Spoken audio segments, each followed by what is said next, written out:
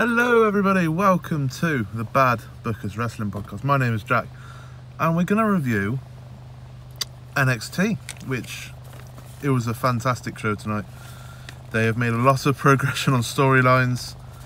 If you like me and like to avoid NXT spoilers, then it was fantastic storyline. I did catch one spoiler recently. I'm not going to say it on air before, just in case you don't know it. But yeah, it progressed well. To start the night off, we had Tommaso Ciampa come out without his music, rain of boos like always, and he came out talking trash about Gargano, saying how like he's broke his will, he's broke his soul, and now he's broken his body, and how he's left him in a neck brace at home and all that. You know, proper good Ciampa stuff, what he's good at. And Candice came out, Candice LeRae, Candice Wrestling as they call her. And she was just saying, like, how have you become this monster? You're unrecognisable, all that. It was a back and forth. I think Ciampa said that he lived with them for 2 years, and you can tell that she was more of a man than him. And when he stood at their wedding, that he was always thinking about was why she was marrying. What did he say? Marrying like a loser like him or something like that. And it's just anything that Ciampa's in at the moment is just absolutely fantastic. And I just can't wait for their second bout. I don't know when it'll be. I assume it'll be at the SummerSlam takeover. And I assume Ciampa would win that just to make it 1-1. And then they can finish off the trilogy at some point over on the main roster. But I just can't wait for it. Everything that Ciampa... I'm in love with Ciampa, I shouldn't be. It's like a love-hate relationship. He's so good, but he's such a bastard. Candice ended up slapping him, and all he did, he laughed it off. He did that wave thing that he does like that. Oh, it was just a fantastic segment. Fantastic segment. It slowed down a bit. Next up we had Brandy Lauren. Not seen her wrestle before. This is the first time we've seen her wrestle. Versus Lacey Evans. It was a squash match, and Lacey Evans won. She then went to walk off, and Kairi Sane attacked her from what they call gorilla position, I guess it's called, and came out, beat her down the ramp, threw her back in the ring, went to hit her elbow drop, and Lacey Evans ran away.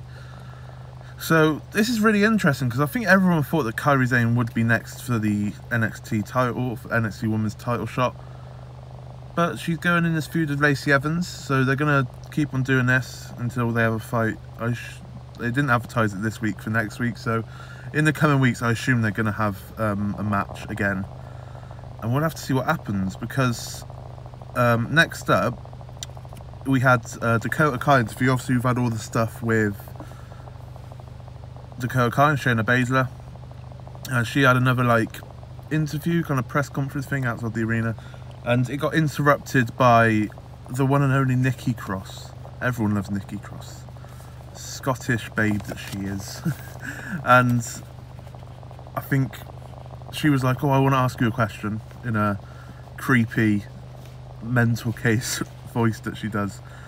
And she was like, when are you going to fight Shayna? When are you going to fight Sarah? Is it going to be for the title? Is it going to be for the title? And Dakota Kai was like, I don't know what you're on about. And it was like a motivational speech then from Nikki Cross, saying something about fear breeds opportunity or something like that. And how pretty much just saying to Dakota Kai how she should just step up to Shayna, beat her up.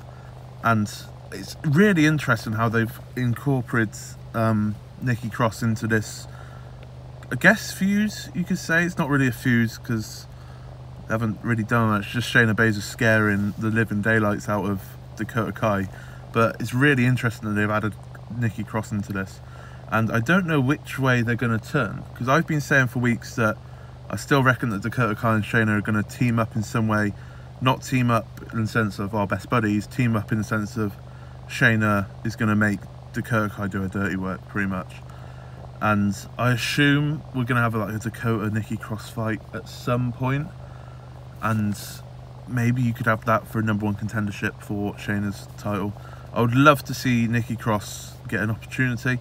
I'd love to see Nikki Cross with the title, to be fair, because we all know how we all know Sanity's now on the main roster, and at the moment I'm not too worried about it, to be fair, that they've split them off for now.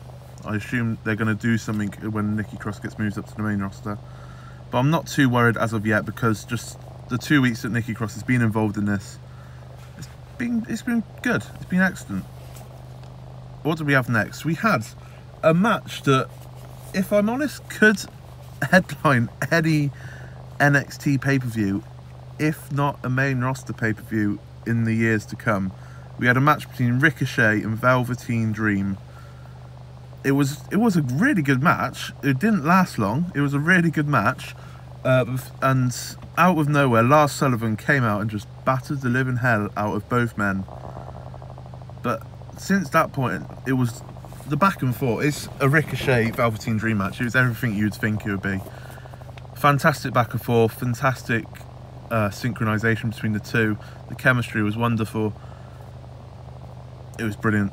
It was brilliant. And then Lars Sullivan came in, and that set up next week.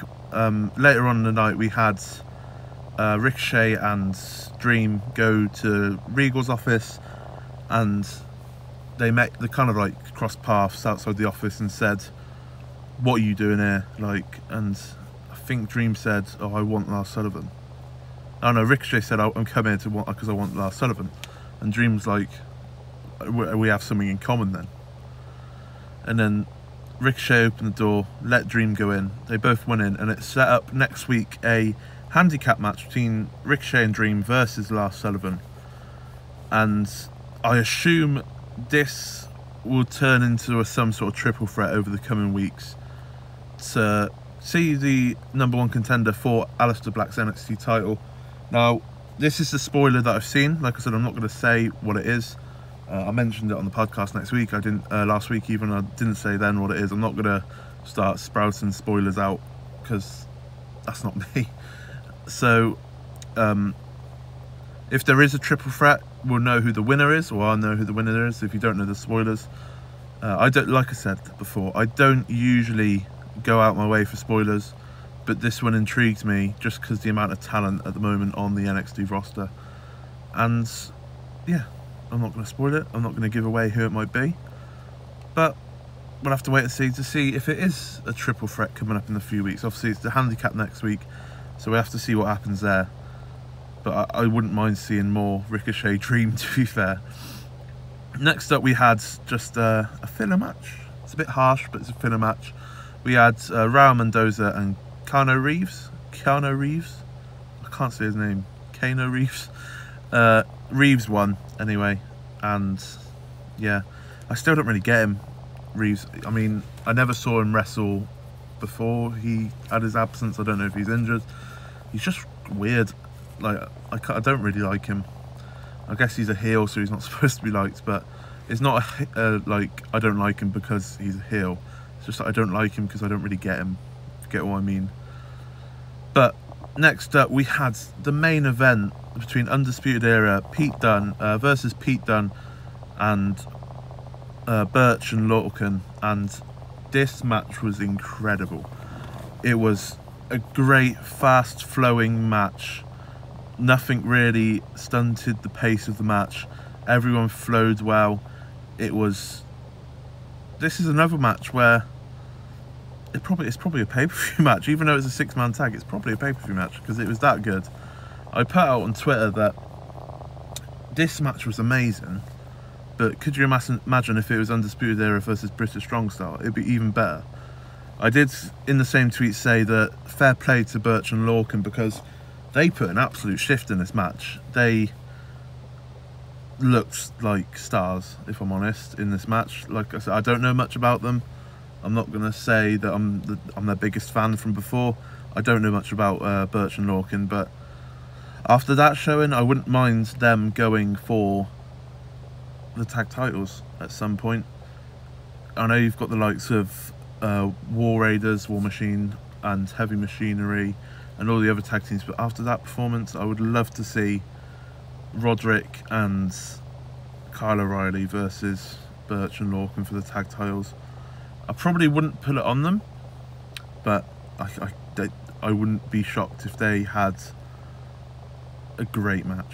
I mean, it's Undisputed Era at the end of the day, it's going to be a great match, but Birch and Lorcan really impressed me in this match, really impressed me. And they had some really good spots in this match. You know, the, what's it called? The wishbone snap that Pete Dunne does. Well, all three of them did it on each of the member of Undisputed Era. It looked cool. The selling in this match was really good as well. Spot on selling. Oh, amazing, amazing. And that brings me to the UK tournament and whether Pete Dunne's going to keep the UK title at this tournament. Because I wouldn't be surprised if he drops it, to be fair. And personally, I think Pete Dunne's bigger than the UK title now, by far. I want him with a North American title and then slowly followed by an NXT title run, because that might be me being biased because, you know, he's British and we're British, but he's just so good, Pete Dunne. Absolutely amazing wrestler. And he's having a kid soon, apparently, as well. So that might be another reason to drop it, but yeah. Not to bemirch the UK title, but I think Pete Dunne's just far too good for it now. It'd be like, it's a weird comparison, I know, but Brock Lesnar holding the United States title or something like that in my eyes. It's like they're not in the same level, and I think that's the same with Pete Dunne in the UK title. I don't know who they'd put it on. I guess you could put it back on Tyler Bate if he's going to be in the tournament, but I'm still hoping for that British Strong Style versus Undisputed Era.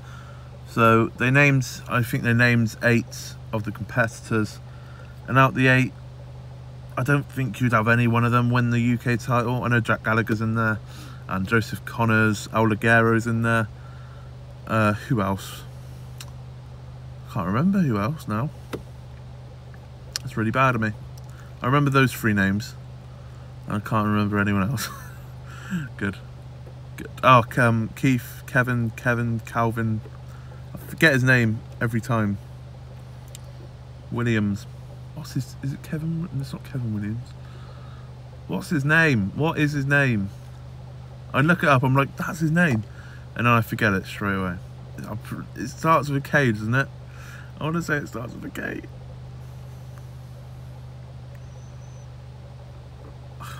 It's gone. I don't know. I can't remember.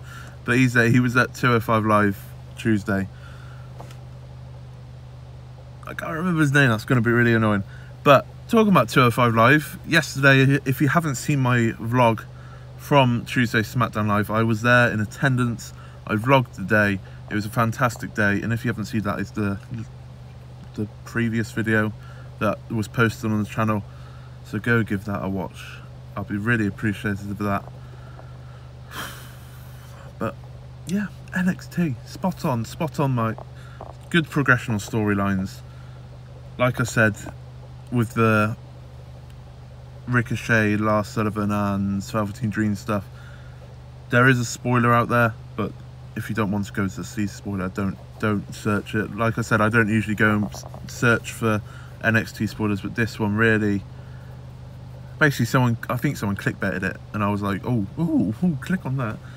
And because I kind of wanted to see who it was, and yeah, that's all I'm going to say on it. Go check it out. There's somewhere on Twitter probably, but don't if you don't want spoilers. It's as simple as that. But yeah, that was NXT. Good night. If you like this video, please like the video, obviously. If you're new around here, please subscribe to the channel. I do Raw, SmackDown, NXT reviews, as well as some 205 Live reviews in between, involved in the SmackDown review sometimes. And what else? Twitter @BadBookersWP. All the links are in the description for links for Twitters, personal Twitters, the podcast for iTunes and SoundCloud and everywhere else. And yeah, Is there any more, admin? Go watch the vlog, like the video, subscribe, check the description for links. Don't think that's it. Questions. If you've got any questions, leave them down in the comments or tweet us at BadBookersWP, and we shall answer them later on in the podcast. We are recording it later, like I said, and we'd appreciate some questions. So yeah, I'll leave it there. Go watch the 6-man tag. Go watch Velveteen Dream and Ricochet, and go watch the 6-man tag, because you will not be disappointed. I'm rambling too much. Anyway, please like, please subscribe, and I shall see you again soon for, I guess it's Monday now. Thank you, and goodbye.